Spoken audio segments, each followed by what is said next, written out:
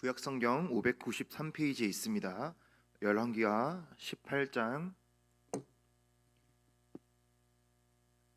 1절에서 8절 말씀 한 말씀씩 교독하시도록 하겠습니다. 이스라엘의 왕 엘라의 아들 호세아 제3년에 유다 왕 아하스의 아들 히스기야가 왕이 되니 그가 왕이 될 때 나이가 25세라. 예루살렘에서 29년간 다스리니라. 그의 어머니의 이름은 아비요 스가리아의 딸이더라.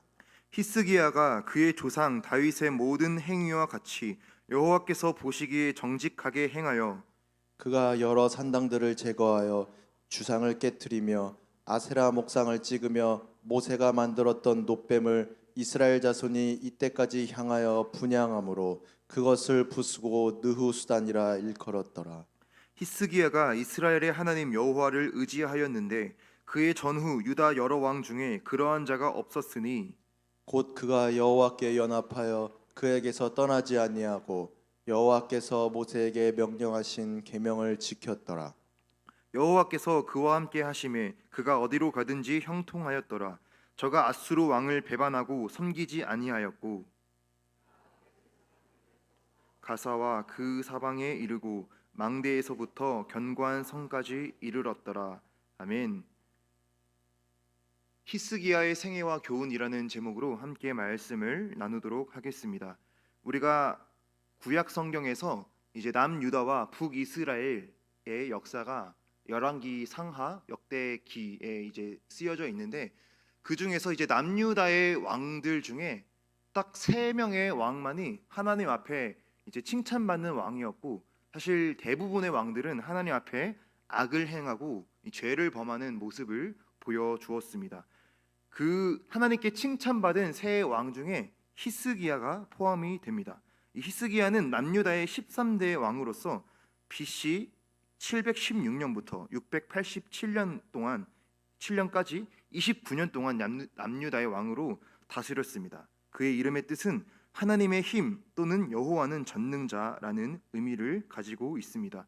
이 히스기야가 29년간 통치하면서 행했던 여러 가지 업적들이 많이 있고 그것들을 우리가 간단하게 하나씩 살펴보면서 교훈을 얻는 시간이 되었으면 좋겠습니다.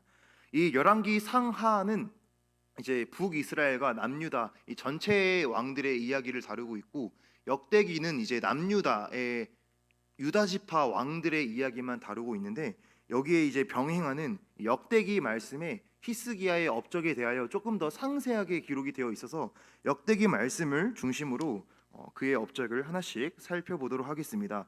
첫 번째 히스기야의 업적 중 하나는 바로 예배 회복 운동입니다. 다른 말로 하면 이 성전 정화 운동이라고 할 수 있습니다. 역대하 29장에 보면은 그는 이제 그 성전에 있는 모든 우상들을 위한 만들어졌던 어떤 우상의 신전과 어떤 모형들, 우상의 어떤 섬기는 그런 모든 것들을 다 제거하고 오직 하나님의 말씀에 맞게 이 성전을 깨끗하게 하였다라는 그런 말씀이 기록되어 있습니다. 그래서 이방 신들을 섬기기 위해 만든 모든 산당들을 제거하고 이방 신의 형상을 딴 이 주상과 목상들을 다 깨뜨려 부셨고 또 하나님을 섬기는 이 예배의 형식을 올바르게 회복하였다라는 것을 알 수 있습니다. 또 레위 사람들, 이 레위 지파는 제사장 직분을 감당하는 예배 직분을 감당하는 지파인데 레위 사람들로 하여금 시편 찬송으로 하나님을 찬송하게 하고 유다 백성들로 하여금 하나님께 제사를 드리게 하면서 온 이제 남유다 백성들이 하나님 앞에 바로 설 수 있도록 이 국가적인 차원에서 왕의 차원에서 노력하였다라는 것을 알 수 있습니다. 이제 그때 이제 히스기야 이 남유다가 드린 이 제물의 양이 엄청나게 많은데 수소가 70마리, 숫 양이 100마리, 어린 양이 200마리, 소가 600마리, 양이 3000마리입니다. 이 대대적인 예배 회복 운동을 벌이면서 하나님께서는 그 남유다 온 백성들에게 정말 기쁨과 하늘로부터 오는 평안을 주셨다라는 것을 알 수 있습니다. 역대하 29장 36절 말씀에 보면 이 일이 갑자기 되었으나 하나님께서 백성을 위하여 예비하셨으므로 히스기야가 백성과 더불어 기뻐하였더라 라는 말씀이 있습니다. 하나님께서는 정말 그 국가적인 차원에서 하나님 앞에 바로 서고자 노력했던, 예배를 개혁하고자 노력했던 그 히스기야의 마음과 그의 노력과 그것을 따라 순종하는 그 이스라엘 백성들의 이 모든 행위들을 다 기쁘게 받으셨다라고 표현을 하고 있습니다. 이 본문을 통하여서 우리가 살펴볼 수 있는 것은, 우리가 하나님과의 관계가 회복이 될 때 우리의 삶의 기쁨과 이 평안함이 회복이 된다라는 것입니다. 우리 모두는 하나님의 피조물로서 하나님과 교통하며 하나님과의 친밀함을 누리면서 살아갈 때 가장 완전하고 가장 평안하고 하나님으로부터 얻는 그 기쁨을 누리면서 살아갈 수가 있는데, 우리가 그 하나님이 주시는 기쁨이 아니라, 하나님으로부터 얻는 평안함이 아니라 우리가 다른 것에서 기쁨과 쾌락과 재미를 찾게 되면은 그것은 하나님으로부터 얻는 그 기쁨과는 이 거리가 멀다라는 것이죠.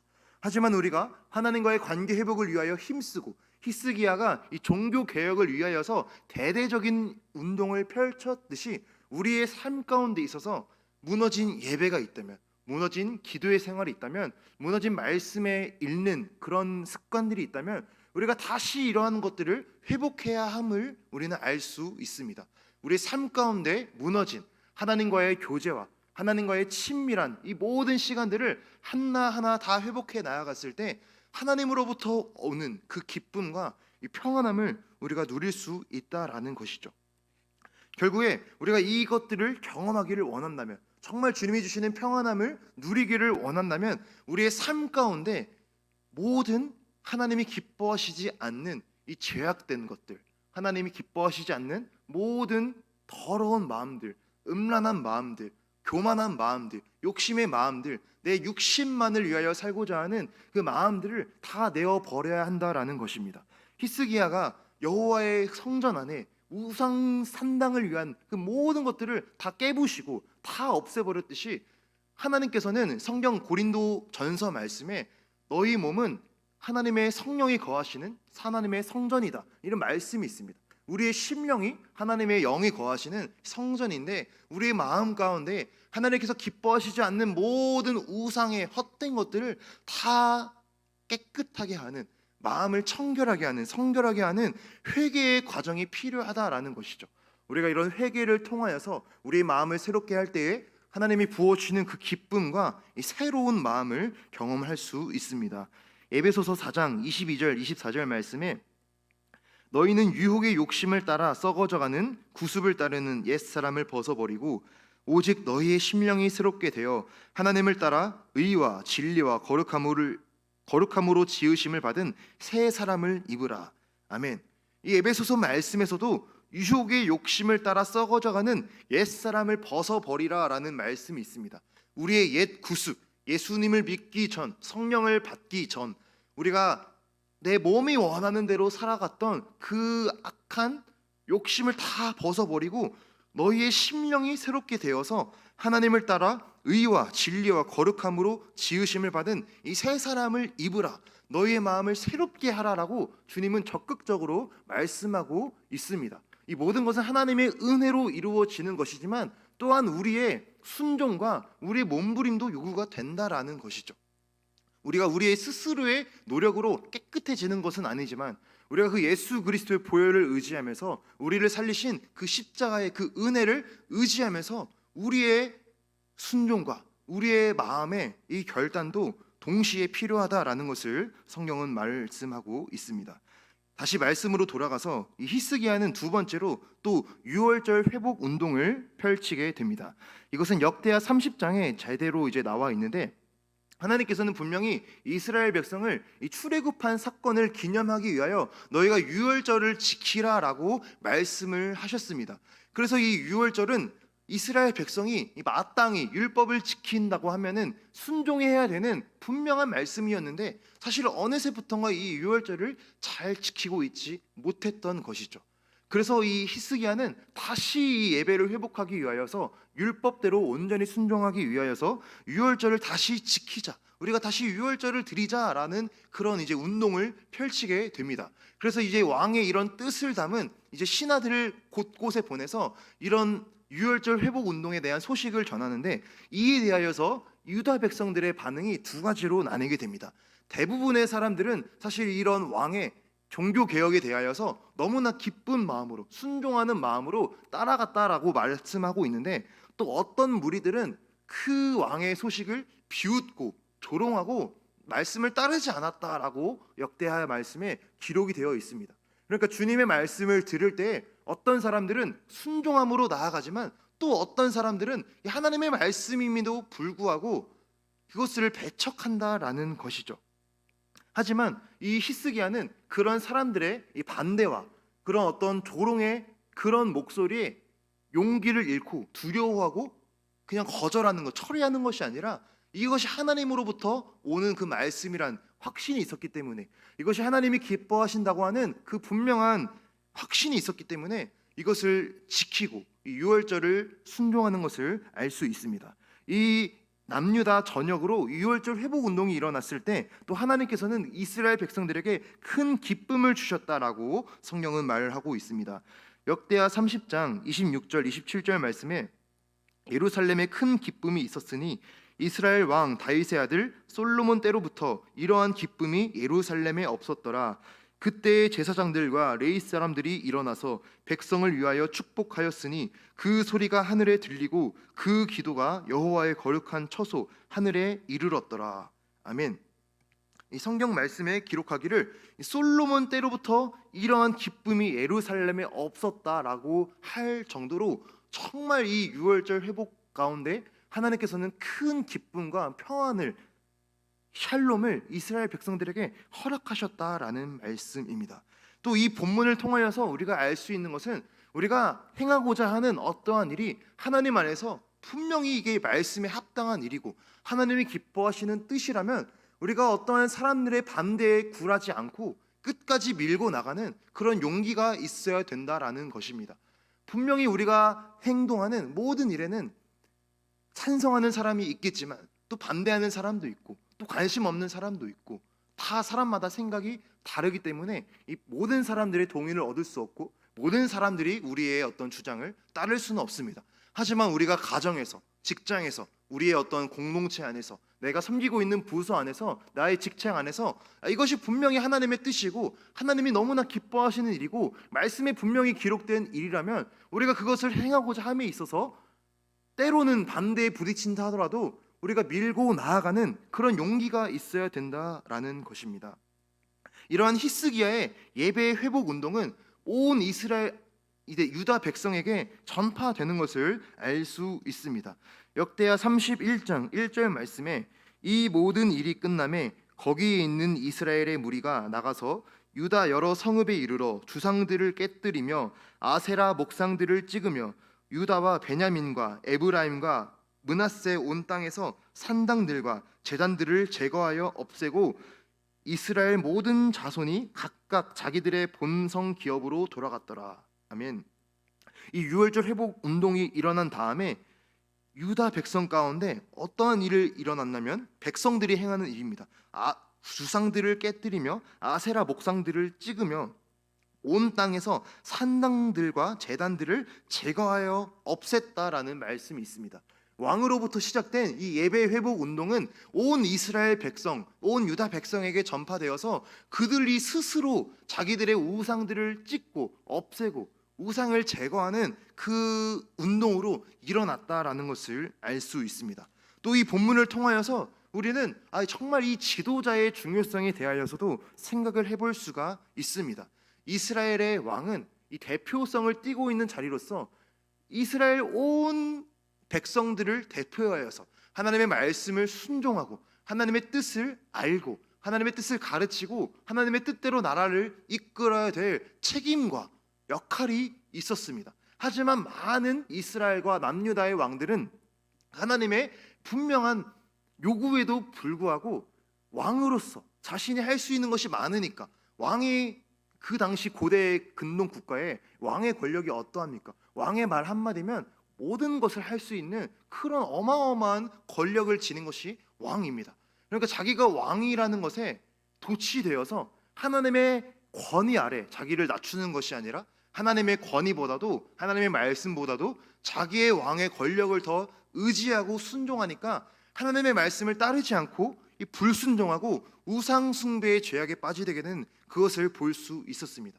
그래서 이것을 통하여서도 정말 이 왕이 타락하면 그 이스라엘 남유다 온 백성들이 다 타락하고 다 죄로 물들고 다 이렇게 그런 영향을 끼치는 것을 알 수 있듯이 우리는 이 리더자의 중요성이 너무나 크다라는 것이죠. 리더자 한 사람이 끼치는 그 영향력이 너무나 크기 때문에 우리는 그 리더자들을 위하여서 정말 기도하고 리더자가 하나님의 뜻대로 바로 살아갈 수 있도록 리더자가 하나님의 뜻대로 이 나라를 통치할 수 있도록 또 거시적으로 보면 이 국가를 위하여서도 그렇게 기도를 할 수 있겠고 또 작게 보면은 우리의 어떤 경기도를 위하여서도 또 우리 광명시를 위하여서도 또 우리 교회를 위하여서 우리 담임 목사님을 위하여서도 그렇게 기도를 할 수 있고 우리 부서를 섬기는 부서의 교역자를 위해서 기도할 수 있고 목장을 섬기는 이 목자들을 위하여서 기도할 수 있고 우리 모든 공동체의 리더들을 위하여서 우리가 기도해야 될 의무가 있다라는 것을 알 수 있습니다. 우리가 이번 주에 이제 총선이 있었고 여러 가지 이제 결과들이 나타났는데 어떠한 결과에 상관없이 정말 이 나라를 다스리시는 분은 이 온 세계 만물을 통치하시는 분은 하나님이라는 것을 우리가 분명히 믿고 정말 이 지도자들이 선출된 리더들이 국회의원들이 하나님의 뜻에 합당한 그런 일들을 할 수 있도록 우리가 끊임없이 관심을 가지고 기도하고 우리의 목소리를 내는 그런 역할이 필요하다라는 것입니다. 계속해서 히스기야의 업적을 살펴보도록 하겠습니다. 또 히스기야는 레위 지파를 위하여서도 그들의 처지를 더 개선하는 역할을 하게 됩니다. 아까 말했듯이 이 레위 지파, 레위 사람들은 제사장 반열의 사람들로서 이 제사의 업무를 담당하는 그러한 이제 특성을 가지고 있었는데 어느 순간 이런 제사의 업무가 제대로 이루어지지 않고 이 제사의 레위의 반열들이 이 순서를 지키는 것이 조금 꼬여 있던 그런 상황이었습니다. 그래서 히스기야는 이제 국가적인 차원에서 이 레위 사람들의 이 제사 드리는 순서, 이 반열들을 다시 정리하고 그들이 그 순서에 따라서 직임에 맞게 제사장의 역할을 감당할 수 있도록 이것을 행했다라는 그런 말씀이 있습니다. 또한 레위 사람들은 이제 제사를 업무를 담당하기 때문에 성전에 내는 11조나 어떤 헌물이나 그런 어떤 제사의 어떤 제물들을 먹고 사는 그런 사람들이었는데 레위 사람들이 가난하지 않도록 그들이 먹고 사는 문제에 위기를 겪지 않도록 이 음식을 제대로 주게 하여서 또 하나님 앞에 제대로 예물을 드리게 하고 11조를 드리게 하여서 이 레위 사람들의 어떤 생계적인 형편까지도 다 바로 세웠다라는 말씀이 역대하 31장에 있습니다. 역대하 31장 20절 21절 말씀에 히스기야가 온 유다에 이같이 행하되 그의 하나님 여호와 보시기에 선과 정의와 진실함으로 행하였으니 그가 행하는 모든 일 곧 하나님의 전에 수종드는 일에나 율법에나 계명에나 그의 하나님을 찾고 한 마음으로 행하여 형통하였더라. 아멘. 이렇게 히스기야는 이 종교의 개혁을 위하여서 이 무너진 예배를 다시 회복시키기 위하여서 정말 온 마음을 다해 노력했다라는 것을 알 수 있습니다. 하지만 그러한 상황 가운데 국가적인 위기가 찾아오게 됩니다. 바로 그 위쪽 지방에 있는 아수르라고 하는 신흥 강대국이 영토를 확장하면서 영향력을 끼치고 있는데 먼저 그 아수르가 북이스라엘 먼저 쳐들어오게 됩니다. 그런데 우리가 알 수 있듯이 이 북이스라엘은 아수르라는 나라에 의해서 망했습니다. 아예 망하게 되었는데 이 성경에서는 이 북이스라엘이 망한 원인에 대하여서 열왕기하 18장 12절 말씀에 이는 그들이 하나님 여호와의 말씀을 듣지 아니하고 그의 언약과 여호와의 종 모세가 명령한 모든 것을 따르지 아니하였음이더라. 아멘. 이 말씀에서와 같이 북이스라엘의 멸망 원인에 대하여 성경 기자 분명하게 원인을 말씀하듯이 하나님의 말씀을 듣지 아니하고 그의 언약과 여호와의 종 모세가 명령한 모든 것을 따르지 아니하였음이라. 북이스라엘의 200년 역사 가운데 19명의 왕들이 있었는데 그 19명의 왕이 바뀔 동안 한 명의 왕도 하나님 앞에 바로 서는 왕이 없었습니다. 19명의 왕 모두가 다 우상을 섬기고 죄악된 길로 나아가고 하나님의 말씀을 버리고 제멋대로 살아가는 그런 우상 숭배의 죄를 행했다라는 것을 성경에 나와 있습니다. 그래서 이 결과가 결국 나라가 망하는 그런 끔찍한 일이라는 것이죠. 그래서 우리가 여기서도 정말 우리가 하나님의 말씀을 아는 것이 중요한 것이 아니라 알았다면 순종하는 것이 중요하다라는 것이죠. 정말 하나님의 선택된 백성이었습니다. 이 북이스라엘도 이 솔로몬의 범죄 때문에 여로보암이 일어나서 나라가 분리되었는데 북이스라엘 백성들도 분명히 그 열 지파가 속해 있고 하나님의 선택하신 그 선택된 민족이었는데 모세의 오경 율법들을 다 알고 하나님을 섬겨야 제대로 살 수 있다는 것을 다 아는 민족이었음에도 불구하고 왕이 타락하고 온 이스라엘이 타락하니까 결국에 그 끝은 나라가 망하고 식민지로 끌려가고 포로 생활을 하게 되는 이방 민족과 섞이는 혼혈 민족이 되는 그런 비참한 처지에 처하게 된다라는 것이죠. 이런 이 아수르는 북이스라엘 멸망한 이후에 이제 남유다에도 쳐들어오게 됩니다. 남유다에 쳐들어와서 이 아수르의 왕 산헤립은 유다의 몇몇 성읍들을 점령하고 그들에게 엄청난 양의 이 조공을 바칠 것을 요구합니다. 그들이 요구한 조공이 은 300달란트와 금 30달란트였는데 이 성경 시대에 한 달란트의 가치가 약 34kg입니다. 그러니까 은 300달란트라고 하면은 은 1000kg 또 금 30달란트 죄송합니다. 제가 계산 헷갈렸는데 은 300달란트라고 하면은 곱하기 34를 하면 약 은 10,000kg 또 금 30달란트라고 하면은 은 1000kg에 달하는 엄청난 양의 은과 금을 내놓아라라고 하는 것이죠. 엄청난 이제 강대한 국가가 쳐들어와서 몇몇 성읍들을 점령한 다음에 엄청난 양의 이 보물들을 내놔라. 그러면 우리가 너희를 살려줄게. 이 위기 앞에 히스기야는 너무나 이제 두려워서 그들의 요구를 다 들어주게 됩니다. 그들이 요구한 모든 은과 금을 다 내어주기 위하여서 여호와의 성전과 왕궁 곳간에 있는 모든 은과 금을 다 내주었고 그 솔로몬이 성전을 지을 때 엄청난 크기로 성전을 지었는데 솔로몬 성전의 벽이 황금으로 입혀져 있다라고 성경에 기록되어 있습니다. 그 기둥에 입힌 금을 다 긁어내어서 그것을 이제 아수르 왕 사네립에게 다 주게 됩니다. 그런데 이들은 이 엄청난 조건을 받고도 굴하지 않고 더 이제 강한 것을 요구합니다. 더 물러서지 않고 이제 예루살렘으로 쳐들어와서 이 남유다를 아예 전부를 삼키려고 합니다. 이런 상황 가운데 이 아수르의 군내 장관 랍사게라고 하는 사람이 있었는데 이 사람이 굉장히 좀 군사적인 전략으로 보면 좀 스마트한 전략을 펼칩니다. 이 사람은 당시 이스라엘 사람 남유다 사람들이 알아들을 수 있는 아람어를 할 줄 알았는데 이 사람이 예루살렘 성을 둘러싸고 뭐라 말하냐면 아람어로 하나님이 유다 성을 지키신다는 것은 거짓말입니다. 하나님이 오늘 이렇게 말씀하셨습니다. 너희가 아수르에게 항복하면 살 것이라. 이렇게 완전 정반대의 말을 합니다. 물론 하나님이 말씀하신 게 당연히 아니죠. 그러니까 랍사게는 이들이 하나님의 말씀을 잘 듣는다는 것을 아니까 완전히 이제 반대되는 전략으로 그들이 알아듣는 말로 하나님이 항복하라 하셨다. 너희 항복해. 너희가 항복하면 우리가 너희에게 먹을 것을 줄게. 성경이 이렇게 나와 있는데 너희가 거기에 있으면 너희가 대변과 소변을 먹을 것인데 항복하고 나오면 각각 포도와 무화과와 우물물을 마시게 된다. 완전히 마음이 무너지게 하는 전략이죠. 큰 소리로 이렇게 말을 하니까 온 유다 백성들의 마음이 술렁이기 시작합니다. 우리가 어떻게냐? 우리도 항복해야 되는 거 아니냐? 우리가 죽기 전에 우리가 여기서 망하기 전에 우리가 아수르에게 완전히 행복해야 되는 거 아니냐? 온 이스라엘 유다 백성들이 술렁이고 있을 그 위기의 상황 가운데 정말 이 히스기야는 하나님 앞에 온전히 무릎 꿇게 됩니다.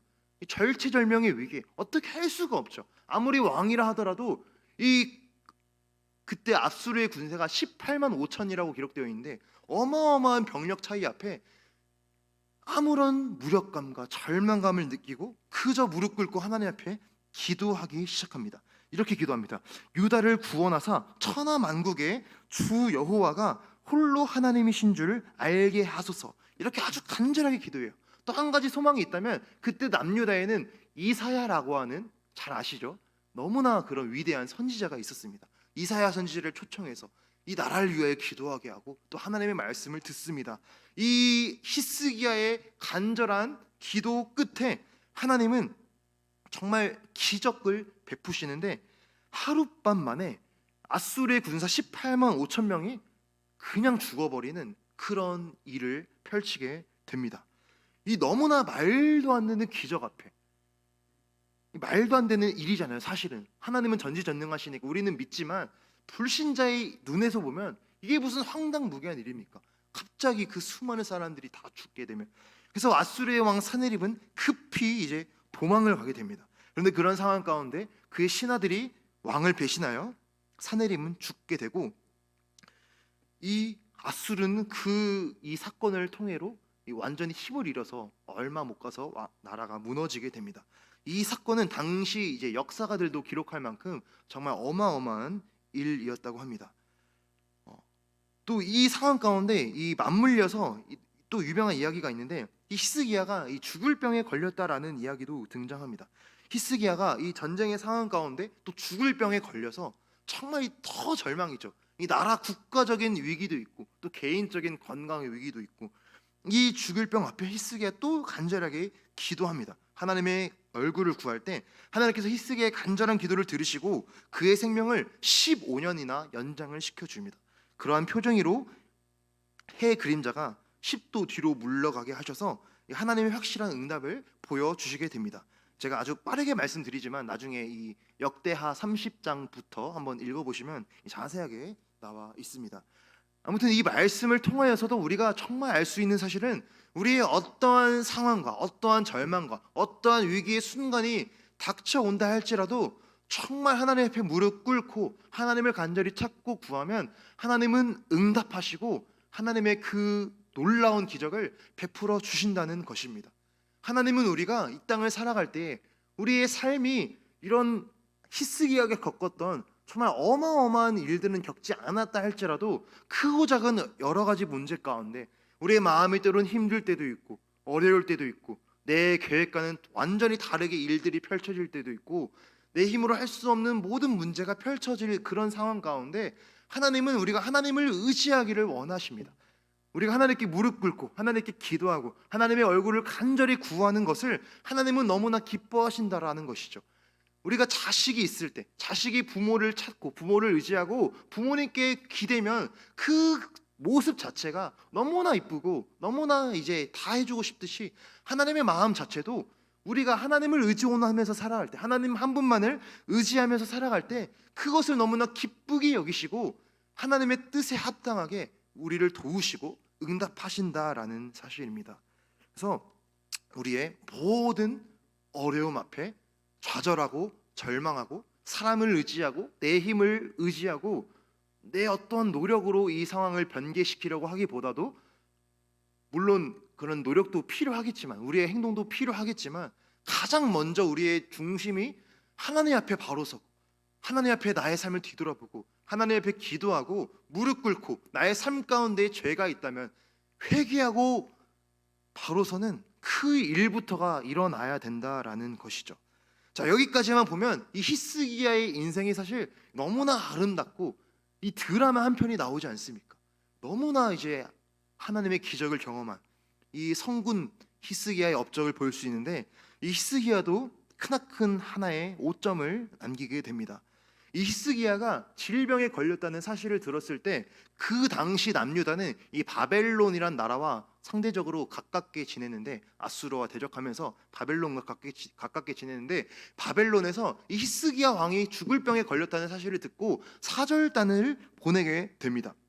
그런데 이 히스기야가 그런 하나님이 베푸신 그런 어떤 큰 기적과 하나님이 살리신 자기의 어떤 질병의 회복과 이 모든 은혜를 입어놓고 바벨론 사절단 앞에서 어느새 자기 내면 깊숙한 곳으로부터 올라온 그 교만한 마음을 누르지 못하고 참지 못하고 자랑을 하게 됩니다. 어떻게 하면은 바벨론 사절단에게 왕궁과 성전의 보물고에 있는 모든 금과 은과 향품과 모든 군기고를 보여주면서 자랑하는 모습이 기록이 되어 있습니다. 그러니까 하나님의 그 크신 은혜를 경험하고도 하나님의 놀라운 기적을 체험하고도 이것이 나의 힘과 능으로 되는 것이 아니라 하나님의 은혜로 말미암았다는 것을 자랑하고 하나님의 이름을 전해야 되는 그런 순간 앞에서 자기 나라의 강대함과 이스라엘의 어떤 부유함과 이스라엘이 이만큼, 남유다가 이만큼 금과 보물과 군기고를 가지고 있습니다 라는 그 자랑을 하고 싶어서 보여주었던 그 깊은 마음을 하나님은 알고 계셨다라는 것이죠. 역대하 32장 31절, 그러나 바벨론의 방백들이 히스기야에게 사신을 보내어 그 땅에서 나타난 이적들을 물을 때에 하나님이 히스기야를 떠나시고 그의 심중에 있는 것들을 다 알고자 하사 시험하셨더라. 이 하나님의 보시고 계시는 앞에서 히스기야는 자기 자랑을 하게 됩니다. 결국 이 죄로 말미암아 하나님께서 나중에 이사야 선지자를 통하여서 바벨론 사절단에게 보여주었던 모든 보물과 군기고들이 다 바벨론으로 옮겨지게 될 것이라는 그런 말씀을 듣게 됩니다. 정말 우리도 이 말씀 앞에 우리가 항상 하나님의 은혜 앞에 겸손해야 됨을 알 수 있습니다. 이 고린도전서 10장 12절 말씀에서도 그런즉 선줄로 생각하는 자는 넘어질까 조심하라. 이 말씀을 너무나 잘 아는 말씀인데 우리가 항상 모든 일이 잘 될 때, 우리가 큰 업적을 이루었을 때, 많은 사람들이 나를 따르고 나를 좋아할 때, 내가 너무나 잘 나갈 때, 큰 반대가 없이 너무 일이 술술 풀릴 때 어느새 나도 모르게 나의 마음이 교만해져 있고 하나님을 의지하지 않게 되고, 이전에는 하나님을 그렇게 찾고 하나님 앞에 간절하게 기도했던 그 나의 모습이 간데없이 사라지고 하나님의 은혜로 받은 것들을 마치 나의 노력과 능력으로 얻어낸 것처럼 자랑하고 허영심을 보이는 그러한 모습을 보이지 않도록 우리가 철저하게 겸손해야 된다라는 것이죠.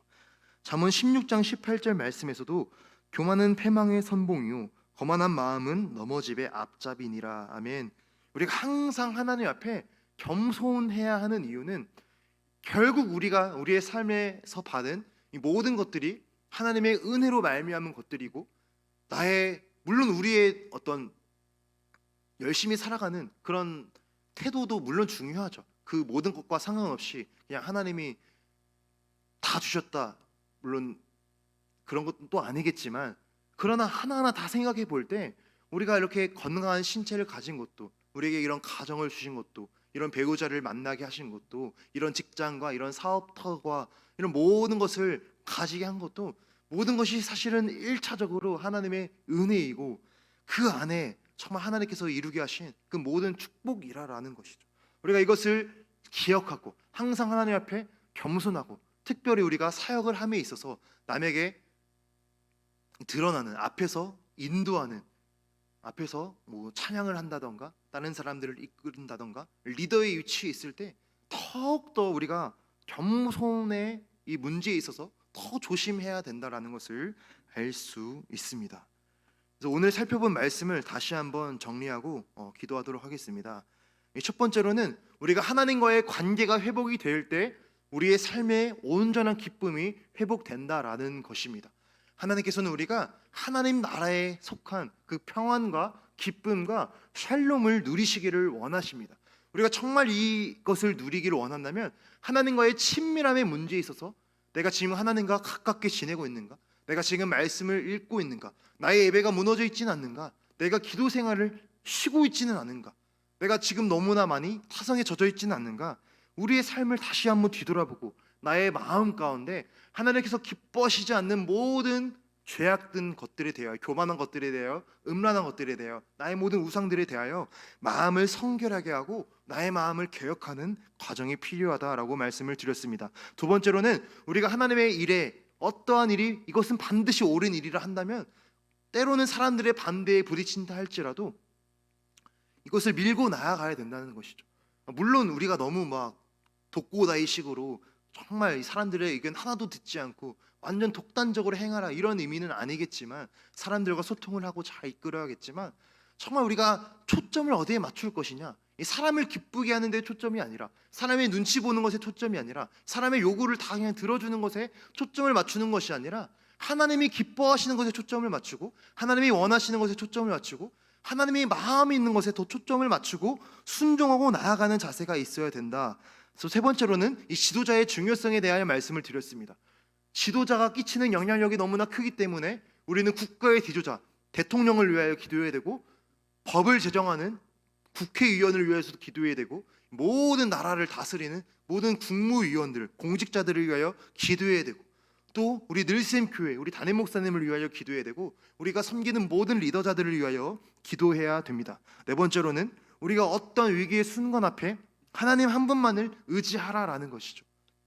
내 힘과 노력으로 극복하려고 몸부림치는 것 앞서서 하나님 앞에 무릎 꿇고 하나님을 찾고 하나님 기도하고, 하나님 앞에서 잘못된 것이 무엇인가 먼저 자신을 돌아보는 그 순서가 회복되어야 된다라는 것입니다. 마지막으로 우리가 선줄로 생각할 때 넘어질까 조심하라라는 것이죠. 모든 것이 잘 풀릴 때 우리 마음이 교만해 있진 않은가, 내가 너무나 높아져 있진 않은가, 내가 너무나 사람의 영광을 취하고 있진 않는가, 우리 마음을 돌아보고 하나님 앞에 겸손하게 나아가는 우리 모두가 되어야 될 줄로 믿습니다. 기도하겠습니다.